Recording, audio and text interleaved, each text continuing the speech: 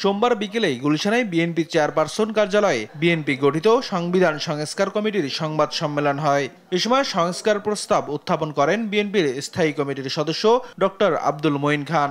বলেন, অগ্রাধিকার ভিত্তিতে নির্বাচন ব্যবস্থা ও সংবিধান সংস্কার জরুরি।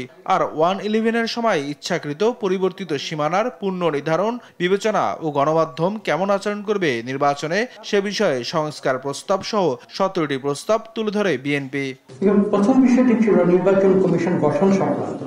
এখানেও কিন্তু আমাদের একটি মতামত ছিল।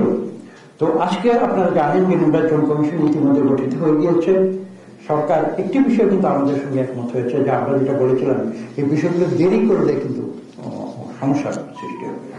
এ সময় বিএনপির স্থায়ী কমিটির সদস্য সালাউদ্দিন আহমেদ বলেন, তত্ত্বাবধায়ক সরকার ব্যবস্থা থাকলে সুষ্ঠু নির্বাচন সম্ভব। সেই সঙ্গে জরুরি সংস্কার শেষে 3 থেকে 4 মাসের মধ্যেই সুষ্ঠু নির্বাচন দেওয়া সম্ভব বলেও উল্লেখ করেন তিনি।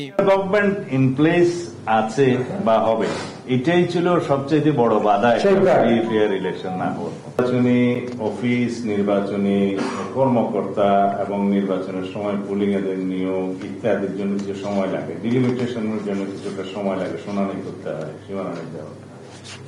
তারপরে যে কাজগুলো, এগুলো সবগুলো গুছাতে প্র্যাকটিক্যালি 2 থেকে 3 মাসের বেশি সময় লাগার কথা নয়। অতীতে রাতের ভোটে সহায়তাকারী কর্মকর্তা কর্মচারীদের চিহ্নিত করে তদন্তপূর্বক তাদের বিরুদ্ধে ব্যবস্থা নেওয়ার দাবি জানিয়েছেন বিএনপির স্থায়ী কমিটির আরেক সদস্য নজরুল ইসলাম খান। যাদের মাধ্যমে অপকর্ম করা হয়েছে তাদের ব্যাপারে আমরা তদন্ত করে তাদের ব্যাপারে ব্যবস্থা নেওয়ার কথা বলেছি, এবং ওই ধরনের লোকরা যাতে নির্বাচনী প্রক্রিয়া না থাকে সেটা আমরা প্রস্তাব করেছি। নিয়াজ মোরশেদ, দেশ টিভি, ঢাকা।